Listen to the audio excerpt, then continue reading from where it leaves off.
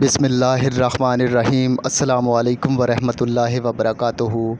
حدیث نبوی صلی اللہ علیہ وآلہ وسلم ہے، حضرت جابر بن عبداللہ سلمہ رضی اللہ تعالیٰ عنہ نے خبر دی۔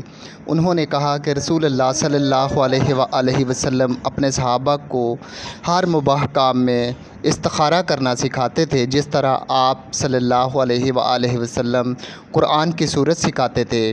آپ فرماتے کہ جب تم میں سے کوئی کسی کام کا قصد کرے تو اسے چاہیے کہ فرض کے سوا 2 رکعت نفل نماز پڑھے، پھر سلام کے بعد یہ دعا کرے: اے اللہ، میں تیرے علم کے طفیل اس کام میں خیریت طلب کرتا ہوں، اور تیری قدرت کے طفیل طاقت مانگتا ہوں، اور تیرا فضل کیونکہ تجھے قدرت ہے اور مجھے نہیں، تو جانتا ہے اور میں نہیں جانتا، اور تو غیوب کا بھی جاننے والا ہے۔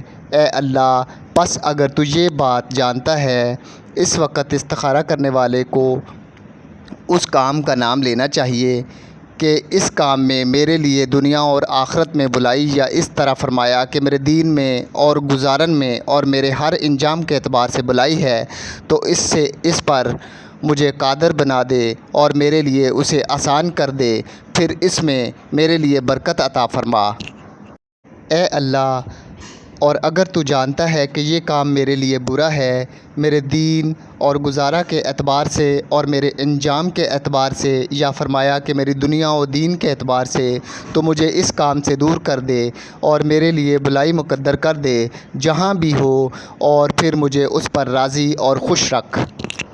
اللہ تعالیٰ سے دعا ہے، اللہ تعالیٰ احادیث نبوی صلی اللہ علیہ وآلہ وسلم کو سمجھنے اور ان پر عمل پیرا ہونے کی توفیق عطا فرمائے۔